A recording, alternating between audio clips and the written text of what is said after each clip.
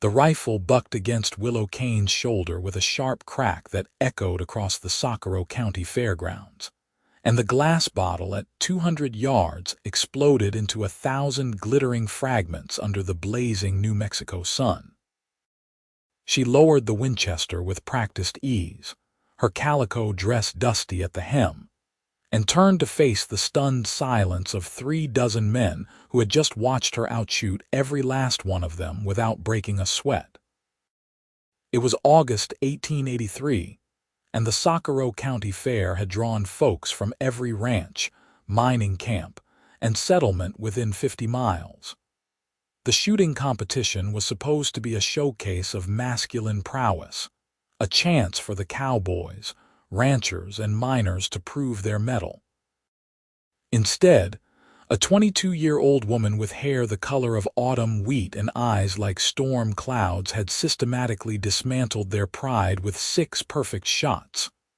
"Well, I'll be damned," someone muttered in the crowd. Willow set the rifle down on the wooden table beside the shooting line, her hands steady despite the rapid thunder of her heart. She had not entered this competition to humiliate anyone. She had entered because her father had taught her to shoot before he died in a mining accident 3 years ago, and because the $50 prize money would keep her and her mother fed through the winter. The small farm they struggled to maintain on the outskirts of Socorro barely produced enough to survive on, and her mother's hands were too twisted with arthritis to work the fields anymore. "That is quite a display, Miss Kane," said Judge Harrington, the portly banker who had organized the competition. He mopped his brow with a handkerchief, looking distinctly uncomfortable. "I suppose we have no choice but to declare you the winner." A ripple of discontent moved through the assembled men. Willow kept her chin high, refusing to show the flutter of anxiety in her chest. She knew how men felt about being beaten by a woman, especially in something as sacred to their pride as marksmanship. Her mother had warned her not to enter, had begged her to find another way, but Willow was stubborn as a mule when she set her mind to something. "She cheated," called out a voice from the back. "Had to have. No woman shoots like that." Willow's jaw tightened, but before she could respond, another voice cut through the murmuring crowd with the clean authority of a cavalry bugle. "Any man here who thinks that was cheating is welcome to challenge me after questioning the lady's honor." The crowd parted, and Willow found herself looking at a man she had never seen before in Socorro. He was tall, lean in the way of men who spent their lives in the saddle, with shoulders broad enough to fill a doorway. He wore dusty trail clothes, a battered hat pushed back to reveal dark hair and eyes the color of good whiskey. A Colt revolver sat low on his hip, worn with the casual ease of someone who knew how to use it. He was perhaps 26 or 27, with sun-weathered skin and a jaw that looked like it had been carved from granite. "And who might you be?" demanded the man who had called her a cheat, a burly miner named Peterson who Willow recognized from town. "Hayes Dalton," the stranger said simply.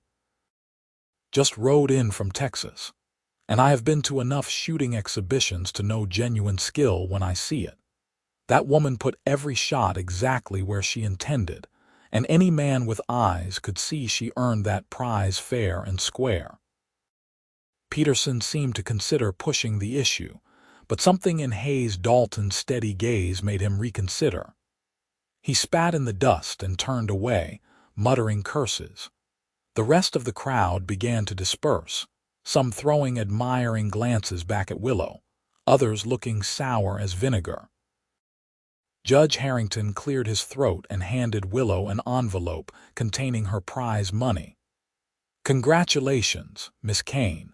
Most impressive shooting I have seen in my 20 years running this competition." Willow accepted the envelope with a nod, tucking it safely into her dress pocket. When she looked up, the stranger, Hayes Dalton, was still standing there, studying her with an expression she could not quite read. "Thank you for speaking up," she said, meeting his gaze directly. "Though I assure you I can defend my own honor." A slow smile spread across his face, transforming his stern features into something altogether more appealing. "I do not doubt it for a second, Miss Kane. Any woman who shoots like that can likely handle just about anything life throws at her. But there is no harm in having someone willing to stand beside you when trouble comes calling. And what brings you to Socorro, Mr. Dalton? We do not see many Texans passing through." "I am looking for work, actually. Ranch hand, cattle driver, whatever is available. My family spread back in Texas, had to be sold after my father passed and debts came due. Figured I would try my luck in New Mexico territory." Willow studied him more carefully now. There was an honesty in his face, a straightforward quality that she appreciated. He had not tried to dismiss her skill or make excuses for the men she had beaten. He had simply told the truth as he saw it. "The Martinez Ranch about 10 miles north of town has been looking for hands," she said. "They run a good operation. Tell Miguel Martinez that Willow Kane sent you, and he will give you a fair hearing." Hayes nodded slowly, his eyes never leaving hers. "That is kind of you, though I suspect if I tell him you sent me, he might just hire me out of respect for your shooting ability." "My shooting ability has nothing to do with Mr. Martinez. I helped his daughter through a difficult birth last spring when the doctor was away. He owes me a favor and I am calling it in on your behalf." "You are full of surprises, Miss Kane. Sharpshooter and midwife both." "A woman on the frontier learns to do whatever needs doing," Willow said, adjusting her bonnet against the sun. "Now, if you will excuse me, I need to get this money home to my mother." She started to walk away, but Hayes fell into step beside her. "Might I walk with you? It is getting on toward evening, and a woman carrying prize money ought not be walking alone." Willow wanted to refuse, to insist she needed no escort, but the truth was that Socorro could be rough, especially on fair days when whiskey flowed freely and men's tempers ran hot. And there was something about Hayes Dalton that made her feel safe in a way she had not felt since her father died. "I suppose that would be acceptable," she said. They walked together through the fairgrounds, past booths selling everything from hand-tooled saddles to imported lace, past the livestock pens where prize cattle lowed and stamped. The sun was beginning its descent toward the distant mountains, painting the sky in shades of gold and crimson. Socorro spread out before them, a modest town of adobe buildings and wooden storefronts, backed by the dramatic rise of the Socorro Mountains. "How long have you been shooting?" Hayes asked as they walked. "Since I was 8 years old. My father believed a girl should know how to defend herself and provide food for the table. He taught me everything he knew about rifles and hunting. By the time I was 12, I could outshoot him. He must have been proud." "He was," Willow said softly, feeling the familiar ache of loss. "He died 3 years ago in a cave-in at the silver mine. My mother and I have been managing on our own since then. That cannot be easy. It is not. But we make do. The farm provides some income and I take odd jobs when I can. Today's prize money will see us through the winter at least." They had reached the edge of town now, where the buildings gave way to scattered homesteads and small farms. Willow's place was another half-mile down the dusty road, a modest cabin with a barn and a few acres of scraggly crops struggling in the arid soil. "You have come far enough," Willow said, stopping at the last cross street. "The Martinez Ranch is back the other direction, north of town. You should be able to make it before full dark if you have a horse." "I have a horse," Hayes confirmed. "A good one, but I would rather see you safely home." "Mr. Dalton, I appreciate your concern, but I have walked this road alone 1,000 times." "I am sure you have. But today you won $50 and made a lot of men look foolish. Indulge me in my Texas manners and let me see you to your door." Willow sighed, but she could not quite suppress a smile. You are persistent. My mother always said it was one of my finer qualities. They continued walking, and Willow found herself enjoying his company more than she wanted to admit. It had been a long time since she had talked with anyone outside of her mother and a few women from town. Men generally avoided her, intimidated by her independence and her sharp tongue. But Hayes seemed unfazed, treating her as an equal rather than some strange curiosity. What made you enter the competition? He asked. Beyond the money, I mean. Willow considered the question. I suppose I wanted to prove something, to myself more than anyone else. My father always said I had a gift, but after he died, I wondered if I had imagined how good I really was. If maybe he had just been a proud father talking up his daughter's skills. And now I know. I am every bit as good as he said I was, maybe better. I would say definitely better based on what I saw today. You did not just win that competition, Miss Kane, you dominated it. Every shot was perfect.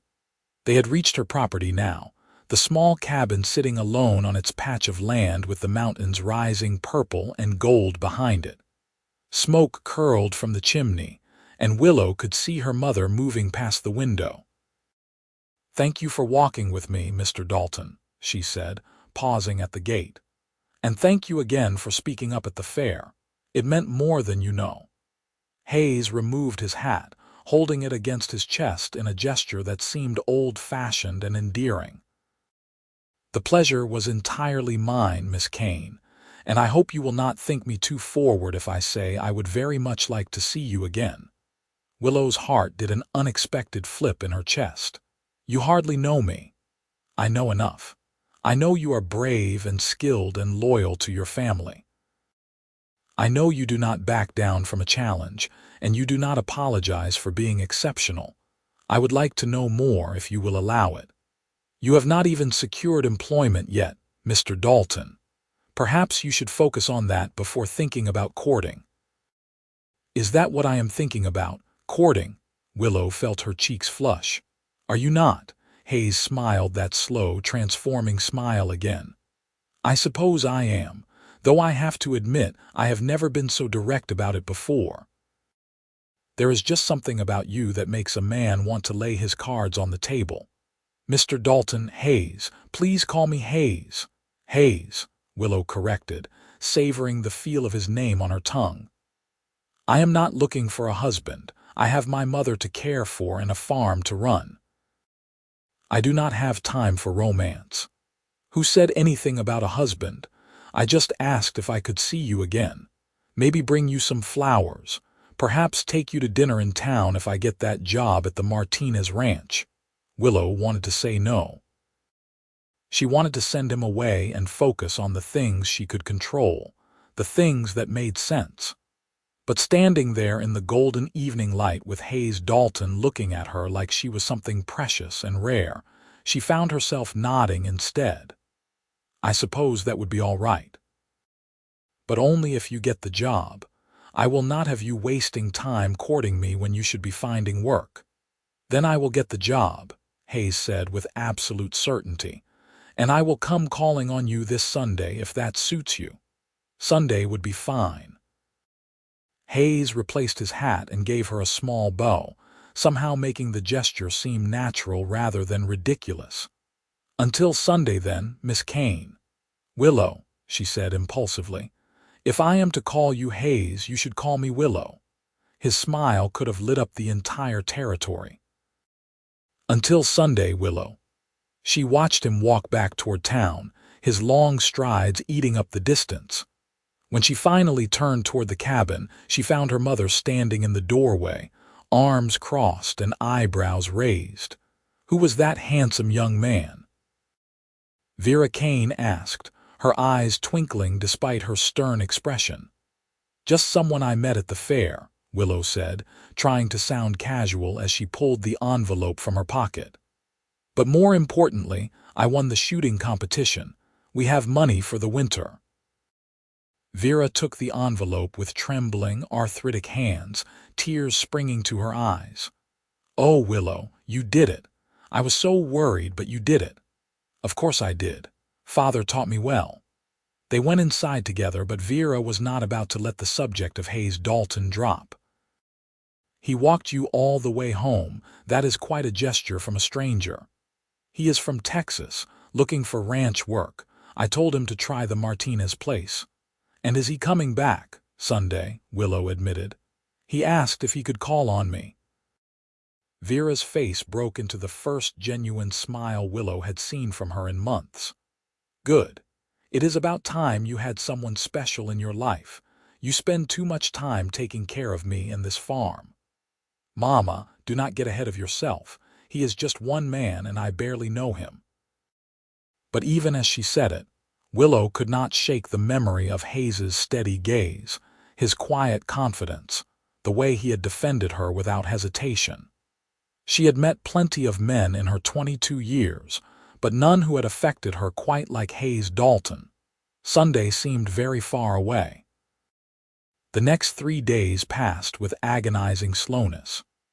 Willow threw herself into farm work, repairing fences, tending to their handful of chickens, coaxing their struggling vegetable garden along with precious water from the well.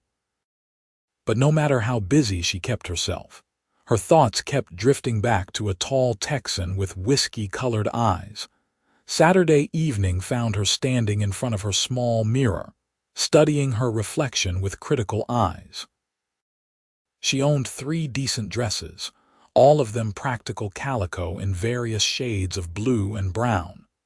Her hair was long and thick, usually kept in a simple braid down her back. She had never been particularly concerned with her appearance before, but now she found herself wondering if Hayes would find her pretty. "You are beautiful," her mother said from the doorway, reading her thoughts with the uncanny ability mothers possessed. "Any man would be lucky to have you." "I am not trying to catch a husband," Willow protested. "Of course not. You are just staring at yourself in the mirror and sighing for no particular reason." Willow had to laugh at that. "All right, maybe I am a little nervous. I have never been courted before, not really. A few boys tried when I was younger, but father scared them off." "Your father was protective. Perhaps too protective. But he is gone now, Willow, and you deserve to have someone in your life who sees how special you are." Sunday morning dawned clear and bright, the August heat already building by the time Willow finished her chores. She changed into her best dress, a deep blue calico that brought out the gray in her eyes, and let her mother help her pin up her hair in a more elaborate style than her usual braid. "There," Vera said, stepping back to admire her handiwork. "You look lovely." Willow felt her stomach flutter with nervous anticipation. What if Hayes did not come? What if he had changed his mind or failed to get the job at the Martinez ranch? What if she had misread the entire situation and he had just been being polite? But at precisely 2 o'clock in the afternoon, the sound of hoofbeats approached the cabin. Willow peered out the window to see Hayes riding up on a handsome bay gelding, looking freshly washed and wearing clean clothes. He carried a bouquet of wildflowers that he must have picked from the foothills. Willow met him at the door before he could knock, not wanting to appear too eager but unable to contain herself. Hayes swept off his hat and offered her the flowers with a grin. "I got the job," he said. "Started Thursday morning. Mr. Martinez said anyone you recommended was worth hiring and he has not regretted it yet. I have been working cattle all weekend." "That is wonderful," Willow said, accepting the flowers and trying not to notice how her hands trembled slightly. "Come in. I will introduce you to my mother properly." Vera was waiting in the small sitting room, dressed in her Sunday best, despite the fact they had not attended church that morning. Hayes displayed impeccable manners, shaking her gnarled hand gently and complimenting her lovely home. "Mr. Dalton, it is a pleasure to meet you," Vera said. "Willow has told me you are from Texas." Yes, madam, born and raised outside of Austin, but Texas is in my past now. I am looking to build a future here in New Mexico territory. And what kind of future are you envisioning? Hayes glanced at Willow, and the warmth in his eyes made her pulse race. The kind with a good job, a place of my own eventually, and maybe someone special to share it with, though I am getting ahead of myself. First, I need to prove I am worth taking a chance on. They talked for another 20 minutes, Vera asking questions that would have seemed intrusive from anyone else, but somehow felt appropriate from a mother protecting her daughter. Hayes answered everything with patience and honesty, explaining about his family's ranch being sold, his decision to start fresh, his plans to save money and perhaps buy land of his own someday. Finally, Vera gave a small nod, as if Hayes had passed some invisible test. Well, Mr. Dalton, I think it would be fine if you took Willow for a walk. There is a nice path along the creek about a mile west of here. She could show you the countryside. Willow felt her cheeks flush again, but she grabbed a shawl and followed Hayes outside. He helped her onto his horse, then swung up behind her, and the intimate press of his body against hers made Willow suddenly aware of every breath, every heartbeat. They rode in silence for a few minutes, leaving the cabin behind and heading toward the creek that ran down from the mountains. The landscape was harsh but beautiful, all red rock and scrub brush punctuated by the occasional cottonwood tree. "Your mother is formidable," Hayes said finally, his voice rumbling against her back. "She is protective. I am all she has left. I understand. Family is everything. Losing my father and the ranch nearly destroyed me. Coming here was about survival as much as anything else. And how are you finding Socorro so far? It is growing on me, especially the company." They reached the creek, a modest flow of water that would swell to a torrent during the monsoon rains but now burbled pleasantly over smooth rocks. Hayes dismounted and helped Willow down, his hands lingering on her waist perhaps a moment longer than necessary. They walked along the creek bank, the cottonwoods providing welcome shade from the afternoon sun. Willow found herself relaxing, the awkwardness of new courtship giving way to easier conversation. Hayes told her about growing up in Texas, about learning to rope and ride before he could read, about his mother who had died when he was 15 and his 2 younger sisters who had married and moved away. "I felt responsible for keeping the ranch going after my father got sick," he said, skipping a stone across the water. "But the debts were too much. Medical bills, back taxes, loans my father had taken out to expand the herd. By the time he passed, there was nothing left to do but sell and try to pay everyone back. That must have been terrible. It was. But it also taught me something important. Nothing in this life is guaranteed. You can work yourself to death trying to hold on to something and it can still slip through your fingers.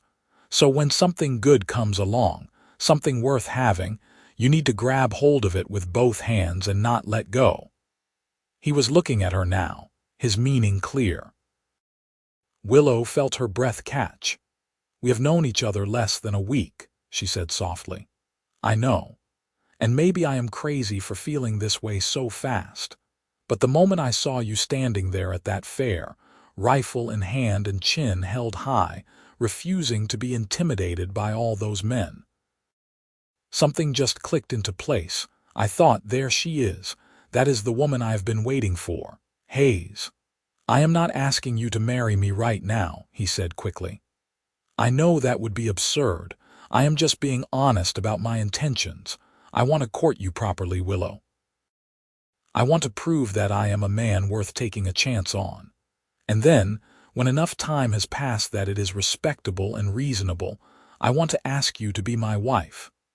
Willow's heart was pounding so hard she was certain he could hear it. "You are very direct. Life is too short to waste time dancing around what you really mean. My father taught me that. So I am telling you straight out, I am falling for you, Willow Kane. And I think, maybe, you might be falling for me too. She wanted to deny it to protect herself from potential hurt. But Hayes deserved the same honesty he was giving her. Maybe I am, she admitted. You terrify me a little if I am being truthful. I have spent 3 years learning to be independent, learning that I do not need anyone. And now here you come, making me want things I thought I had given up on. Hayes reached out and took her hand, his palm warm and calloused from ranch work. Independence is not the same as being alone, Willow. You can be strong and still let someone stand beside you. You can be capable and still accept help. That is not weakness. That is wisdom.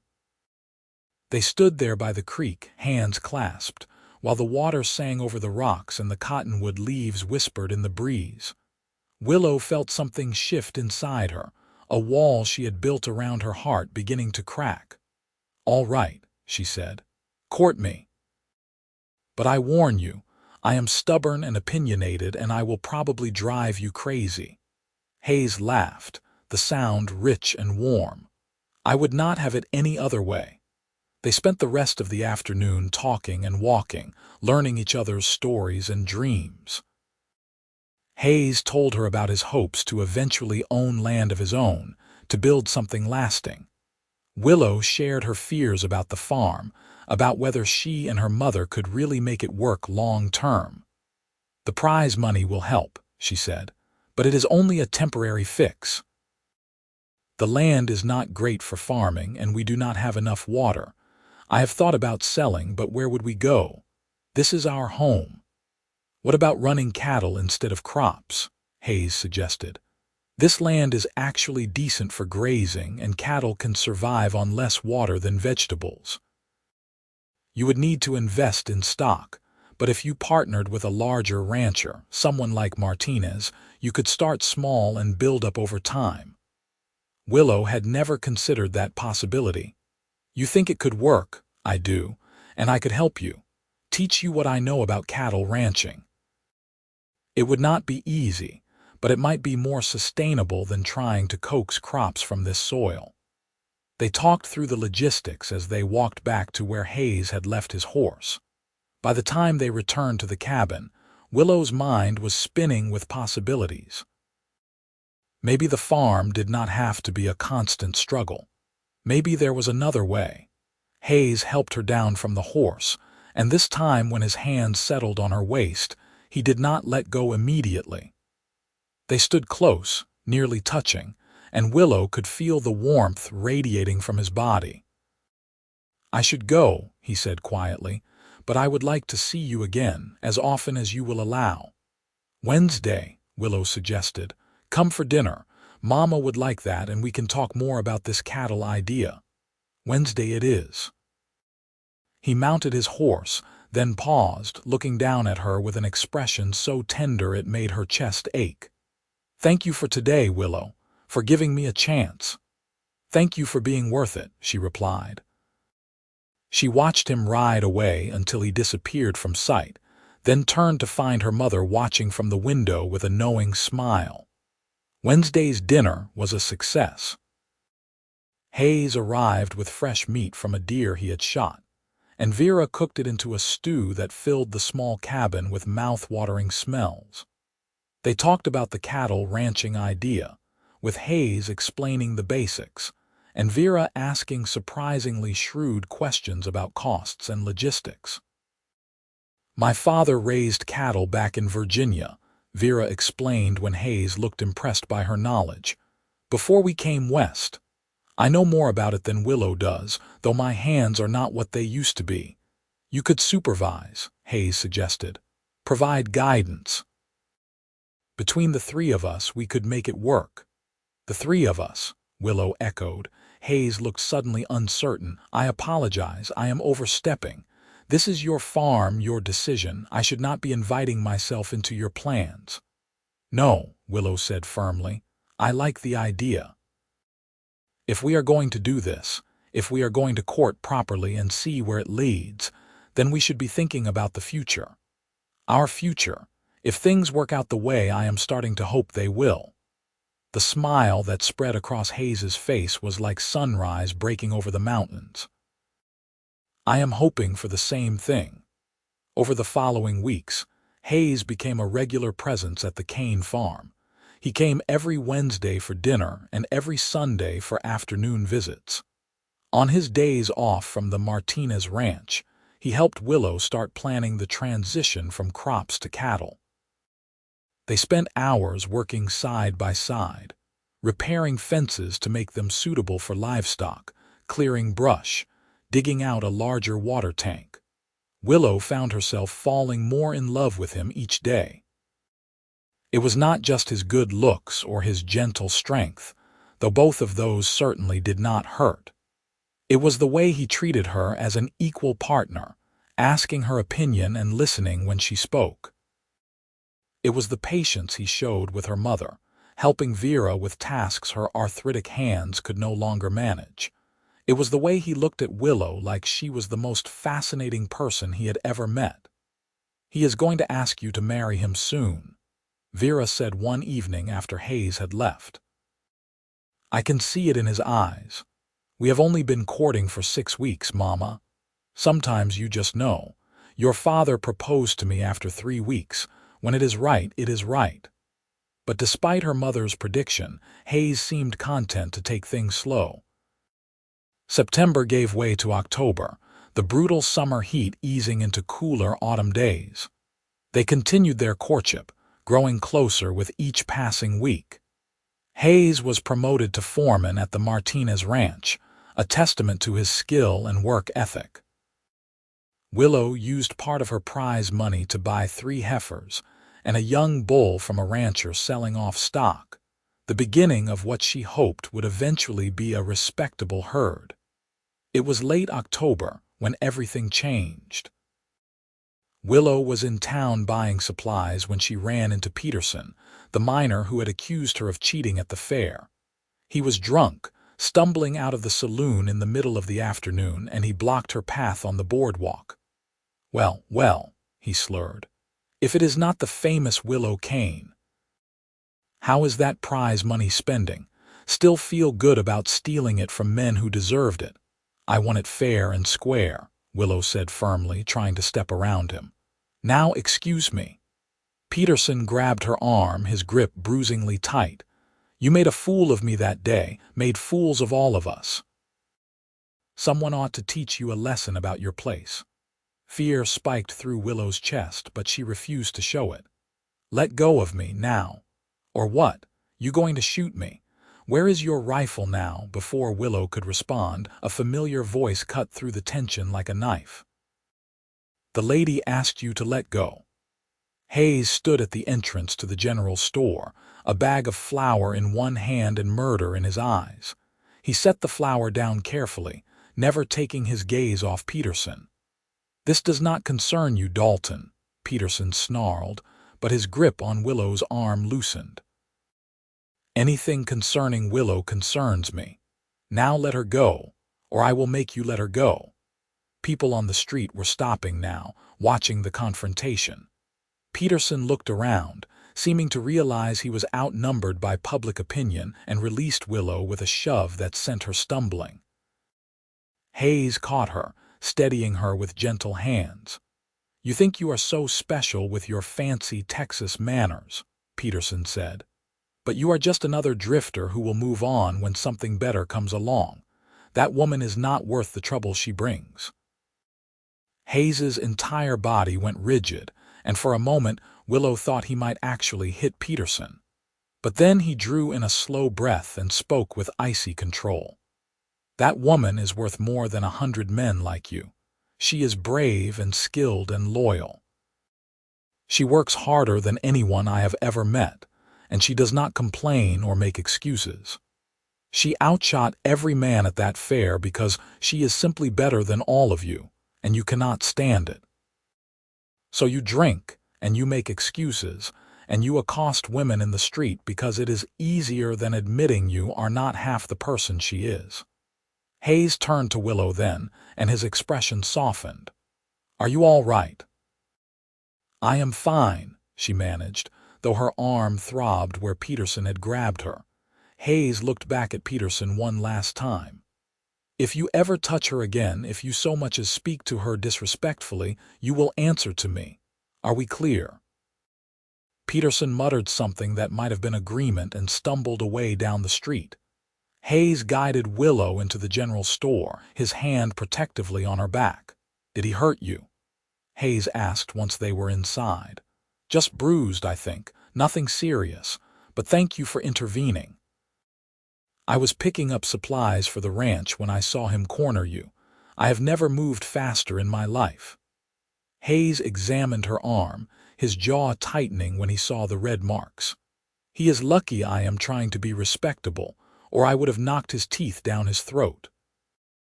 Violence would not have solved anything. Maybe not, but it would have made me feel better. Despite everything, Willow found herself smiling. "My protector." "Always," Hayes said seriously, "for as long as you will have me."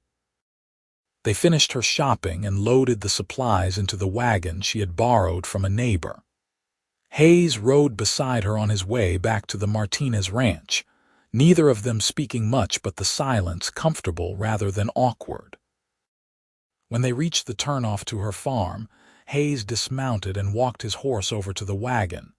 He looked up at Willow with an expression she could not quite read. "I had planned to wait," he said. "To court you for at least 6 months, to do everything proper and traditional. But seeing Peterson grab you today, seeing you in danger, it made me realize something. Life does not wait for perfect timing. Bad things can happen in an instant, and if we spend too much time being cautious, we might miss our chance at happiness." Willow's heart began to pound. "Hayes." He reached up and took her hand. "Marry me, Willow, before someone else asks, before something happens that we cannot control. I love you. I think I loved you from the moment I saw you at that fair, standing tall and refusing to be diminished. I want to spend my life with you. I want to build our cattle operation together and take care of your mother and give you the partnership you deserve. Marry me." Willow stared at him, her mind reeling. It was too fast, too sudden. They had only known each other 3 months. But even as the logical part of her brain listed all the reasons to say no, her heart was screaming yes. "What about your job at the Martinez ranch?" she asked, stalling. "I have been saving every penny. Miguel knows my plans. He has offered to sell me 20 head of cattle at a fair price to help us build up the herd.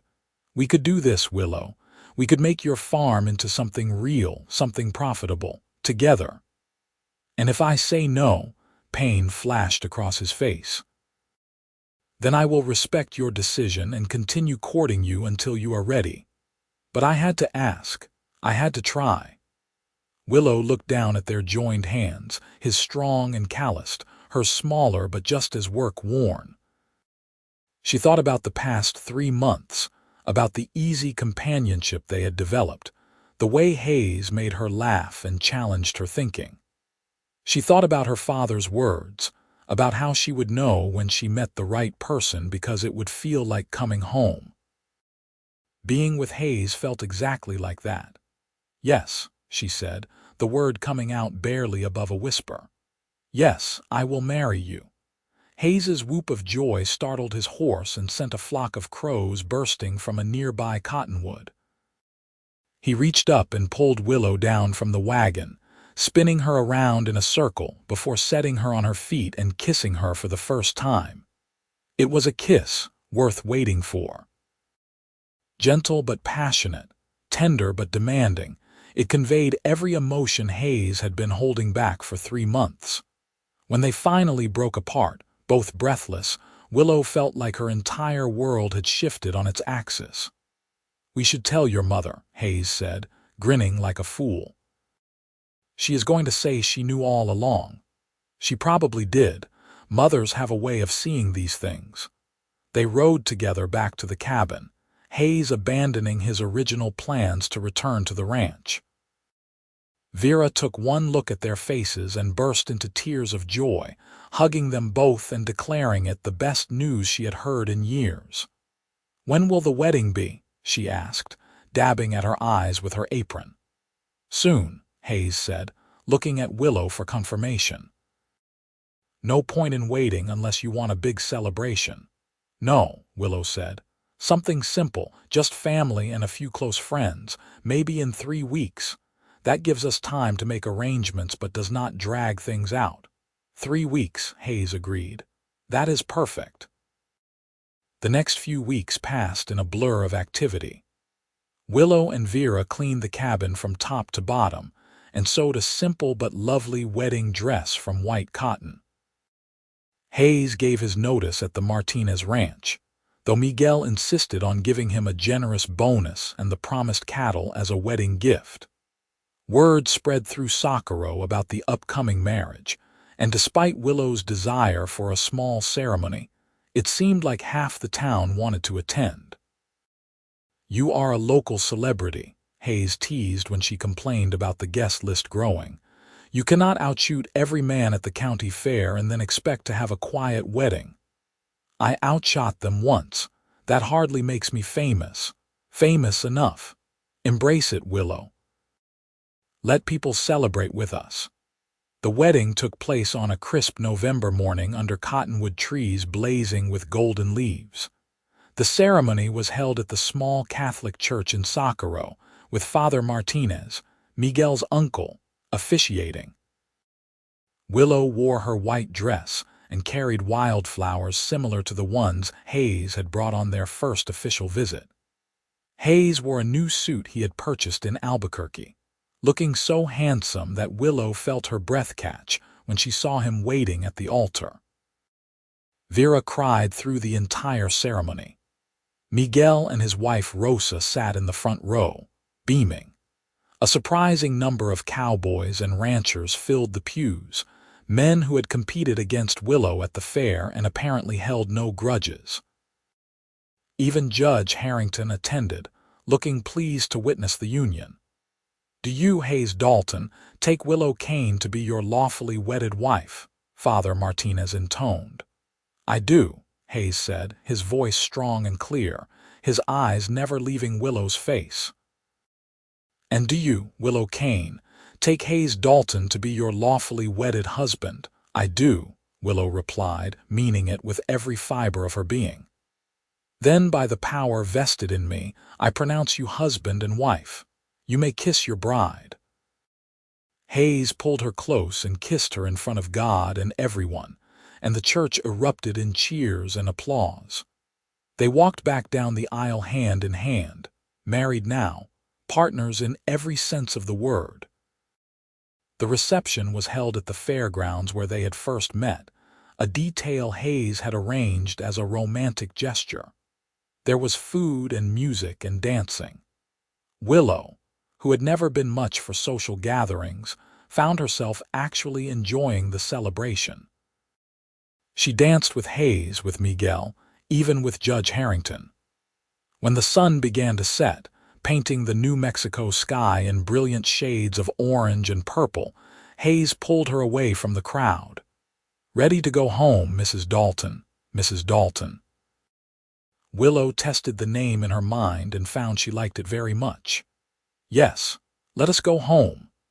They said their goodbyes and rode back to the farm together, Hayes having moved his few belongings into the cabin earlier that week. Vera had tactfully decided to spend the night with Rosa Martinez, giving the newlyweds privacy for their first night as husband and wife. The cabin felt different when they entered it together as a married couple. More complete somehow, as if it had been waiting for Hayes to arrive and fill the empty spaces. They lit the lamps and stoked the fire, moving around each other with an easy familiarity that came from months of working side by side. "I have something for you," Hayes said, pulling a small package from his coat pocket. "A wedding gift." Willow opened it to find a beautiful pocket watch, silver and engraved with her new initials. "Hayes, this is too much." "Nothing is too much for you. Open it." She pressed the catch, and the watch sprang open to reveal a photograph inside the cover. It was a tintype of the two of them, taken the week before by a traveling photographer. They were standing in front of the cabin, Hayes's arm around her waist, both of them smiling at the camera. "So you will always have me with you," Hayes said softly, "even when we are apart." Willow felt tears prick her eyes. "It is perfect, thank you." She kissed him then, and the kiss deepened into something more. They made their way to the bedroom, the small room Willow had slept in alone for 3 years but would now share with her husband. Hayes was gentle and patient, taking his time, making sure she was comfortable and ready. When they finally came together as husband and wife, it felt natural and right, like two pieces of a puzzle clicking into place. Afterward, they lay tangled together in the narrow bed, listening to the night sounds through the open window. The coyotes were singing in the hills, and somewhere an owl hooted. "Are you happy?" Hayes asked, his fingers trailing patterns on her bare shoulder. "Happier than I ever thought I could be," Willow admitted. 3 months ago, I was alone and struggling, trying to figure out how to save the farm. Now I have you, and everything feels possible." "Everything is possible. We will build something amazing together, Willow. I promise you that." She believed him. Against all logic and reason, she believed him completely. The winter that followed was one of hard work and gradual progress. Hayes and Willow threw themselves into building up their cattle operation, working from dawn to dusk most days. Miguel proved to be a valuable mentor, teaching them the intricacies of ranching in the high desert. Vera, despite her arthritis, contributed by managing their modest finances and planning the logistics of feeding and caring for their growing herd. By February, they had 30 head of cattle, a respectable start. Hayes had proven himself a natural rancher, combining his Texas experience with what he learned about the unique challenges of New Mexico territory. Willow discovered she loved working with cattle almost as much as she loved shooting. There was something satisfying about the physical labor, the tangible results of their efforts. But it was not just work. Hayes made sure they took time for themselves, for stolen kisses in the barn and long talks by the fire after supper. He was attentive and affectionate, never taking her for granted, always treating her like she was precious. Willow found herself falling more in love with him every day, marveling at how lucky she had been to meet him at that fair. "I have news," Vera announced one evening in March, her eyes twinkling with secret knowledge. "What kind of news?" Willow asked, looking up from the ledger she was updating. "I am going to be a grandmother." Willow's heart skipped a beat. She had suspected for a few weeks now, but she had not wanted to say anything until she was certain. "How did you know?" "A mother knows. Besides, you have been turning green every morning for the past week." "When is the baby due?" "Late September, I think. Maybe early October." Hayes, who had been reading the newspaper, dropped it and crossed the room in 3 strides. He pulled Willow to her feet and held her close, his face buried in her hair. "A baby. We are going to have a baby." "Are you happy?" Willow asked, suddenly nervous. "Happy? Willow, I am beyond happy. I am overwhelmed, terrified, ecstatic, all of it at once." They held each other while Vera looked on with satisfaction. "I will help with everything," she promised. "You took care of Maria Martinez during her difficult birth. Now I will take care of you." The pregnancy progressed smoothly. Willow continued to work on the ranch through the spring and summer, though Hayes became increasingly protective as her belly grew. He took on more of the physical labor, insisting she rest more, fussing over her in ways that were both endearing and occasionally irritating. "I am pregnant, not an invalid," she reminded him one afternoon when he tried to stop her from mucking out a stall. "I know, but you are carrying my child, and I will be damned if I let anything happen to either of you." Their first child, a son, was born on a cool evening in late September, almost exactly a year after Hayes had proposed. The labor was long and difficult, but Vera and Rosa Martinez were there to help, and Hayes never left Willow's side. When the baby finally arrived, crying lustily and waving tiny fists, Willow felt a wave of love so powerful it nearly knocked her breathless. "He is perfect," Hayes whispered, tears streaming down his face as he held his son for the first time. "Absolutely perfect." They named him Henry Jacob Dalton, after both their fathers. Little Henry was a healthy baby with his father's dark hair and his mother's gray eyes. He transformed their lives in ways both exhausting and wonderful. The cattle ranch took a back seat for a few weeks while they adjusted to parenthood, but soon enough, they fell into a new routine that incorporated caring for their son along with their other responsibilities. How do people do this? Willow asked one sleepless night when Henry was 6 weeks old and refusing to settle. "Together," Hayes said, taking the crying baby from her arms. "They do it together. Go back to sleep. I will walk with him for a while." She watched her husband pace the cabin floor, singing softly to their son, and felt her heart swell with love. This was her family now. This was her life. And it was better than anything she could have imagined. The years that followed were full of both challenges and triumphs. The cattle operation grew steadily.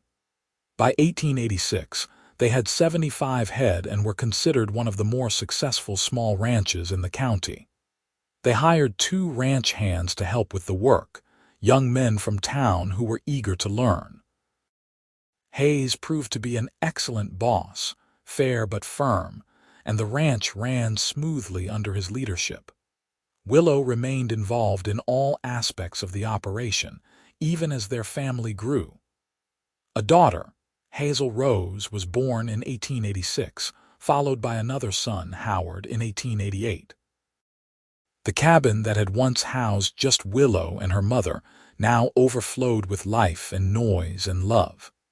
They built an addition to accommodate everyone, and Hayes talked about eventually building a proper ranch house on a hill overlooking their land.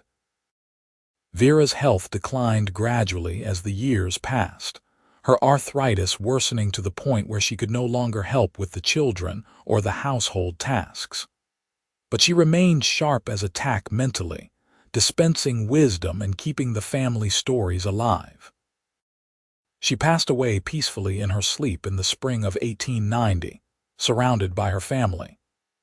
Willow grieved deeply, but she took comfort in knowing her mother had lived to see her happy and settled, with a thriving family and a successful ranch.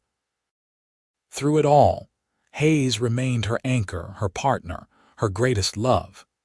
They had their disagreements, of course, the inevitable friction that came from 2 strong-willed people building a life together.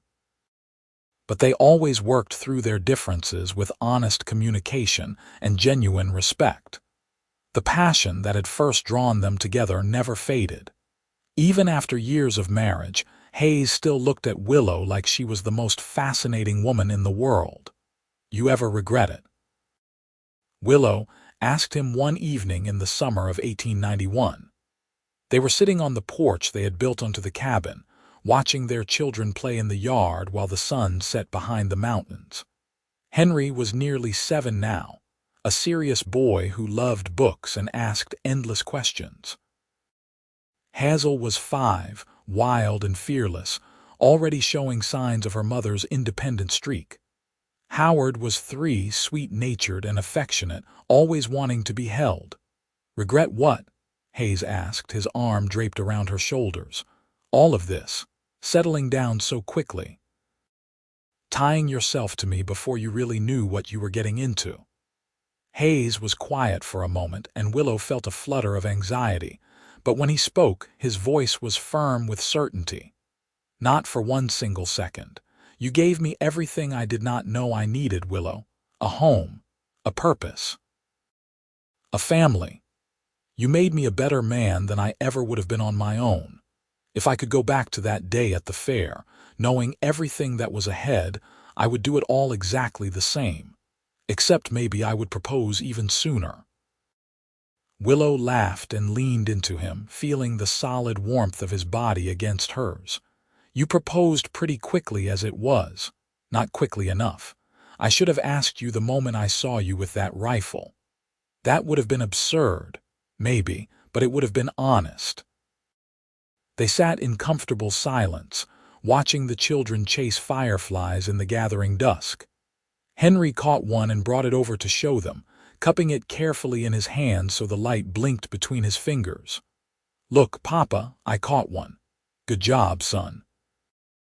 Now let it go so it can find its friends."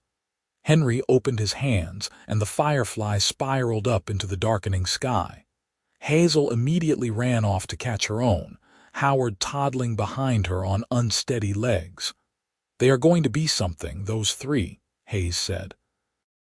"Henry with his brains, Hazel with her fire, Howard with his heart. They are going to make their mark on the world." "They learned from the best," Willow said. "You are a wonderful father, Hayes, and you are an incredible mother. Not to mention a rancher, a businesswoman, and the best sharpshooter in New Mexico territory." "Former best sharpshooter. I have not competed since the fair." "You could, though, any time you wanted. You have not lost your touch. I have seen you bring down coyotes at 300 yards. That is different. That is protecting our herd." "It is still impressive. The kids think you are magic." Willow smiled at that.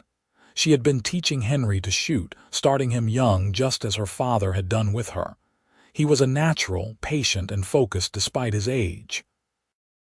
Hazel begged for lessons too, though she was still too small to handle a rifle properly. Even little Howard liked to hold the empty guns, pretending to aim at imaginary targets. "I want them to be safe," Willow said. "To know how to protect themselves and provide food. But I also want them to have opportunities we never had. Education, choices, a world bigger than this ranch." "They will have all of that," Hayes promised. "We will make sure of it. Socorro is growing. The railroad is coming through next year. Things are changing, opening up. Our children will have chances we never dreamed of." It was true. The wild frontier of Willow's childhood was becoming more civilized with each passing year. Socorro had a proper school now, a bank, multiple stores. There was even talk of New Mexico becoming a state rather than just a territory. The changes were sometimes jarring for those who remembered the rougher days, but they also brought opportunities. The cattle market was booming. Rail connections meant they could ship beef to markets back east, earning far more than they could selling locally. Hayes had proven to be a shrewd businessman in addition to a skilled rancher. He negotiated favorable deals, built relationships with buyers, and invested their profits wisely. The ranch that had started with 20 head of cattle now ran more than 200. They owned their land outright, no mortgages or debts. They were, by any measure, successful, but success brought its own challenges. As the ranch grew, so did the demands on their time. Hayes traveled occasionally to Albuquerque and Santa Fe for business. Willow managed the day-to-day operations at home, juggling ranch work with raising 3 young children. It was exhausting, but it was also deeply satisfying. They were building something that would last, something they could pass on to their children and grandchildren. One afternoon in August 1892, Willow was working in the barn when a familiar figure appeared in the doorway. She had not seen Peterson, the miner who had accosted her in town years ago, since that confrontation. He looked older now, worn down by hard living, his face gaunt and his clothes shabby. "Mr. Peterson," she said cautiously, setting down the tack she had been mending. "What brings you here?" "I came to apologize," he said, his voice rough. "For how I treated you back at the fair and after, for the things I said. You were right to win that competition. You are a better shot than me or any of those other men, and I should have been man enough to admit it instead of acting like a fool." Willow studied him, trying to gauge his sincerity. "That was 9 years ago, Mr. Peterson. Why apologize now?" "Because I am dying," he said bluntly. "Lung disease from working in the mines. Doctor says I have maybe 3 months, and I did not want to meet my maker with that ugliness on my conscience. You did not deserve how I treated you, and I am sorry." Despite everything, Willow felt a surge of compassion. "I forgive you, Mr. Peterson. And I am sorry to hear about your illness. Do not be. I brought most of it on myself, but thank you for your forgiveness. That means more than you know." He turned to leave, then paused. "I heard about your ranch, about how well you and your husband are doing. You have built something impressive, Mrs. Dalton. Your father would be proud." Tears stung Willow's eyes. "Thank you for saying that."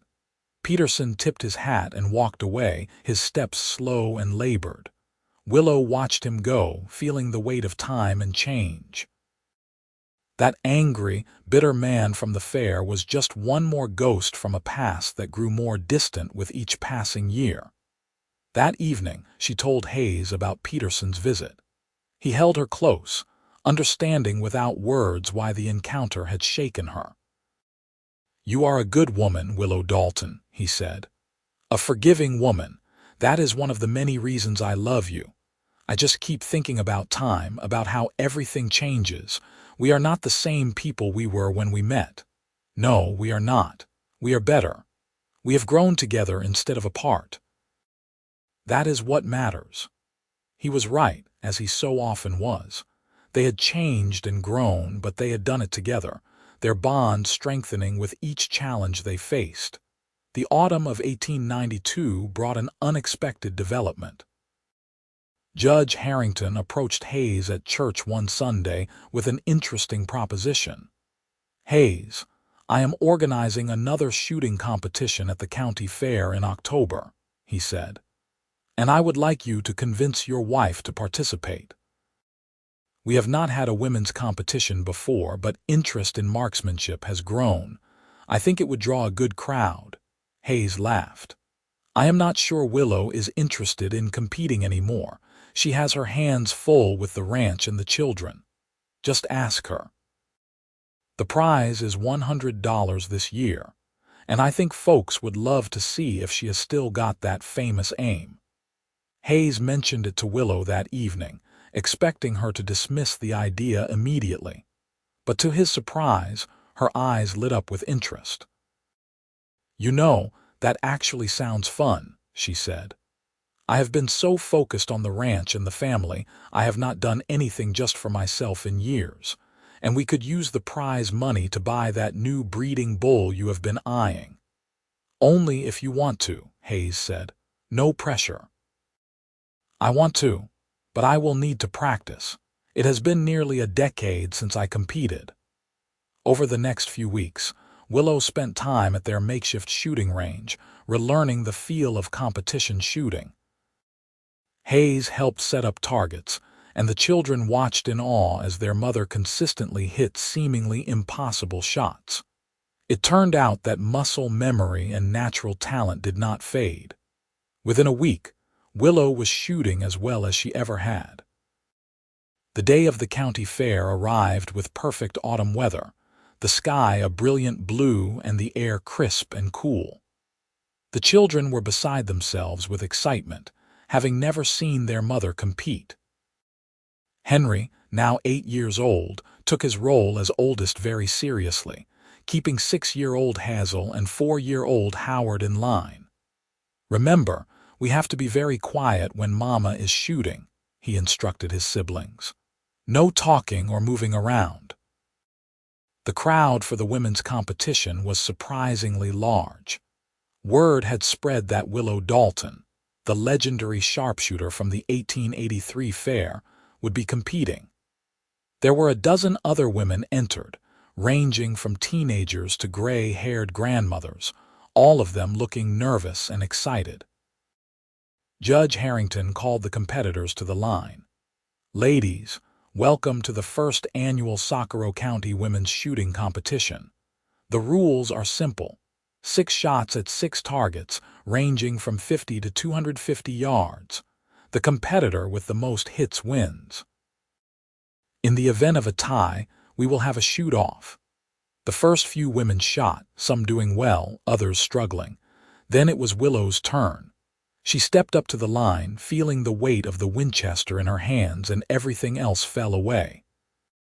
It was just her and the targets, the same singular focus she remembered from 9 years ago.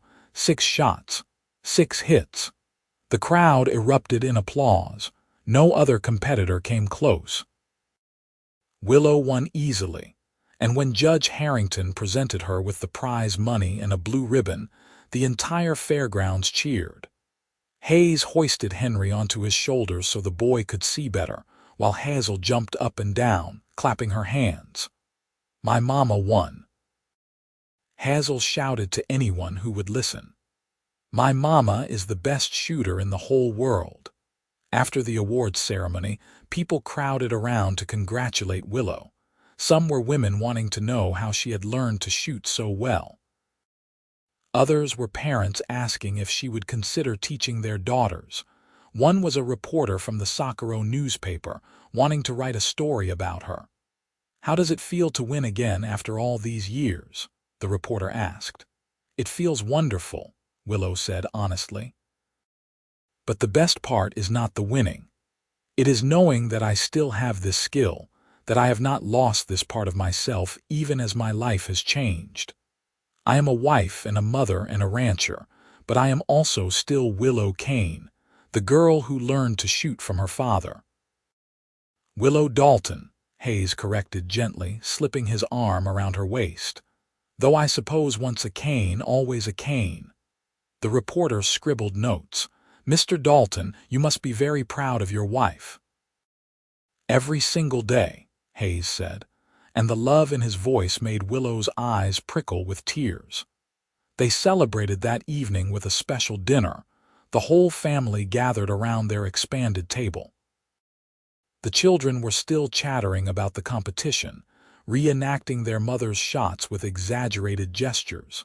"When I grow up, I am going to shoot just like Mama," Hazel announced, "and I am going to win every competition." "I am sure you will," Willow said, ruffling her daughter's hair. "You have the determination for it." After the children were in bed, Hayes and Willow sat on their porch, watching the stars emerge in the darkening sky. "Thank you," Willow said softly. "For what?" "For encouraging me to compete, for not being threatened by my success, for being proud instead of jealous." Hayes pulled her close. "Why would I be jealous? Your success is my success. We are partners, remember. When you shine, it makes all of us shine brighter." "Not all men see it that way." "Then those men are fools." "I knew who you were when I proposed to you 9 years ago. A woman who could outshoot anyone, who was fiercely independent, who did not need a man but was willing to share her life with one. I did not want to change you, Willow. I wanted to support you in being more yourself." "You have done that," Willow said, her voice thick with emotion. "You have given me everything I never knew I wanted, a partnership, a family, a home. I love you so much, Hayes Dalton.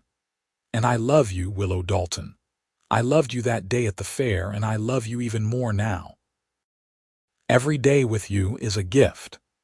They kissed under the stars, two people who had found each other against all odds and built something beautiful together. The years continued to unfold, each one bringing new experiences and challenges. Henry grew into a serious young man with a passion for law and justice. At 16, he left for university in Santa Fe, determined to become a lawyer and help shape New Mexico's future as a state. Hazel lived up to her early promise, becoming an exceptional markswoman who competed in exhibitions across the Southwest. Howard, true to his gentle nature, became a veterinarian, caring for animals with the same compassion he had shown as a child. Hayes and Willow watched their children grow and leave with a mixture of pride and melancholy. The ranch house they had finally built in 1895 felt too large with just the two of them rattling around in it. But they adjusted, finding new rhythms and rediscovering each other without the constant demands of active parenting. "We did good," Hayes said one evening in 1905. They were sitting on the wide porch of their ranch house, looking out over land that stretched as far as the eye could see. The cattle ranch had become one of the most successful operations in Socorro County. They employed 15 ranch hands now, and their herd numbered over 500 head. "We did very good," Willow agreed. She was 44 now, her hair showing threads of silver, fine lines around her eyes from years of squinting into the sun. But she was still beautiful to Hayes, still the woman who had captured his heart at that fair 22 years ago. "Any regrets?" he asked, echoing a question she had once posed to him. "Not a single one. Well, maybe one."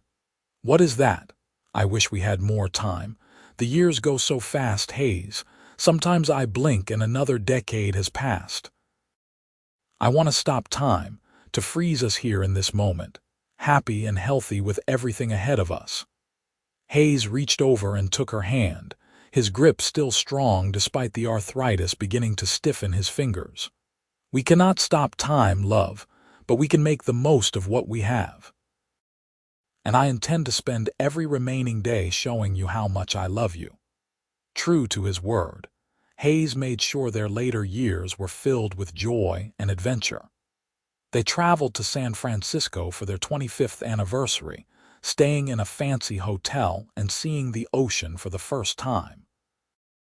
They visited their children regularly, delighting in grandchildren as they began to arrive. Henry married an intelligent woman from Santa Fe and had 3 sons.